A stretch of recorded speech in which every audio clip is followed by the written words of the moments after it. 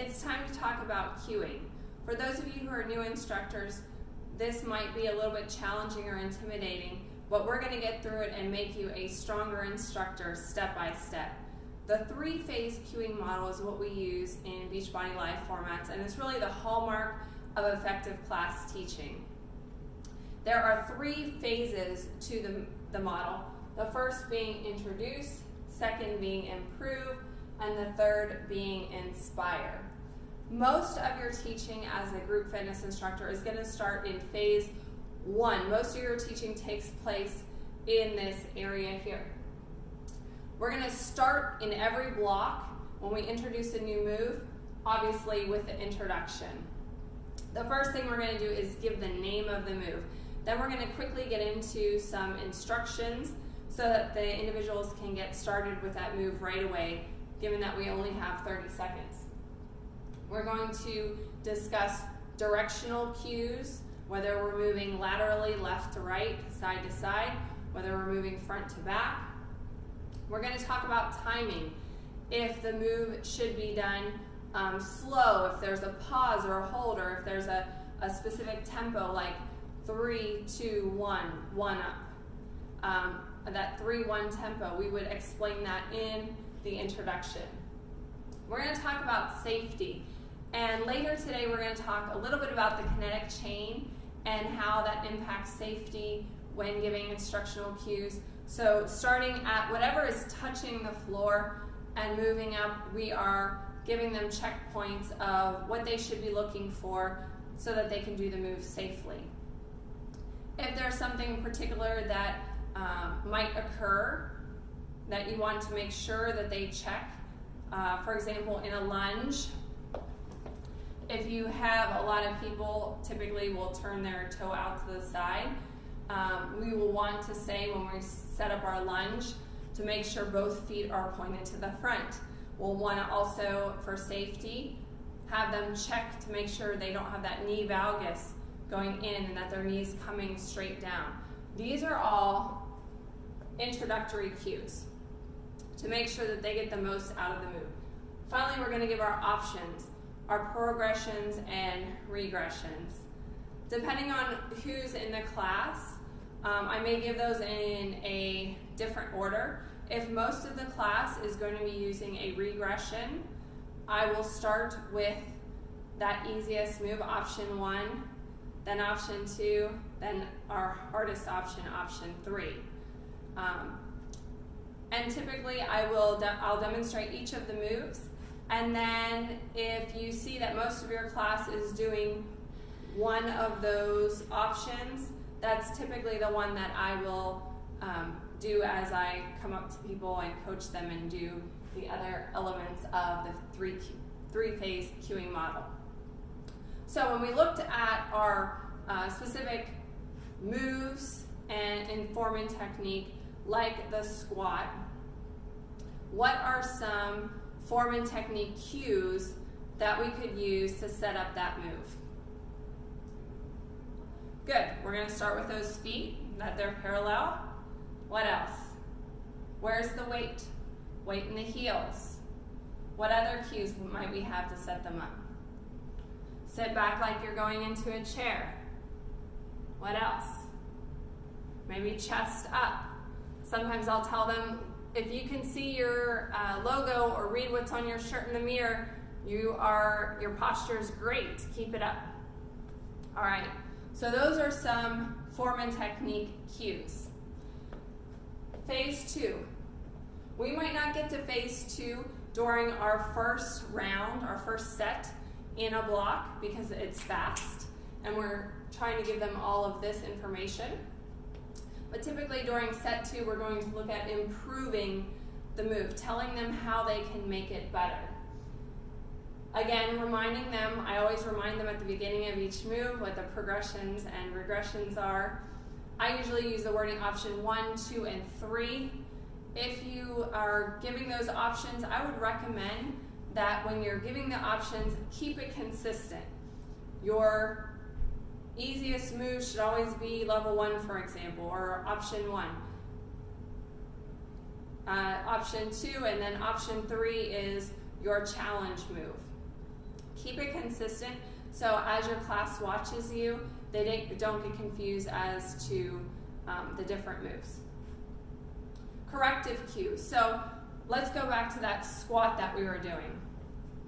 Let's say I'm doing my squat and you say, okay, squat. And you remind people level 1, option 2, option 3, and you see someone squatting like this. Okay? So one of our corrections could be bringing our feet in, right? What are some other correctional cues that we might look for? Right? If we have someone squatting like this, right? We're going to tell them to get their butt down, sit back, right? Check your knee behind your toe. Good. What else? Chest up. Sometimes people, when they squat, especially if you are in the front of the room and they're looking at you, their neck shifts to the front. We want to make sure that they have a long spine. So that would be another good correctional cue for safety so that they don't have a sore neck later. Exercise benefits. Tell them where they should be feeling it. Sometimes they just need a little tweak to feel the move. And if they're not feeling it, if you say, are your quads burning? And someone's like, I'm not feeling it in my quads. You can go over and assist them and give them a correction and see what they can adjust to get the most out of that movement. And the benefits, again, of what you're getting out of that move. So this is going to make your legs really strong. You'll be able to lift that dog food when you go to the grocery store.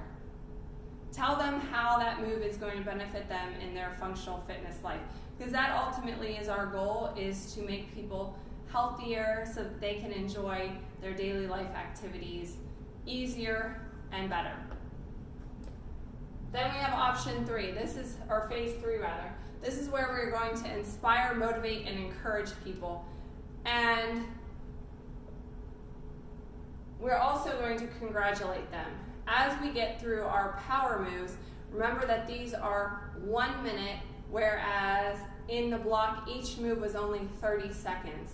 So as they get closer past that 30 seconds and even at 15 seconds left, we really need to encourage them to push to the finish. So this is where you can also let your personality shine. And sometimes we have to kind of plan what it is that we're going to say. What are some cues that you might use in that power section when that person has 15 seconds left? Just 15 seconds.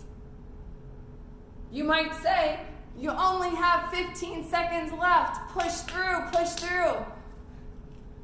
You can say, this is what you came here for, right? A lot of times when I'm doing the encouragement, if I see someone struggling and they're slowing down or they look like they want to stop, I will go over there and I will finish strong with them, encourage them, use their name if you know the individual's name. And then at the end of the move, give them a great high five. Say, I knew you could do it. What are some other motivational cues or encouragement that you might be able to use during your class? That's a great one.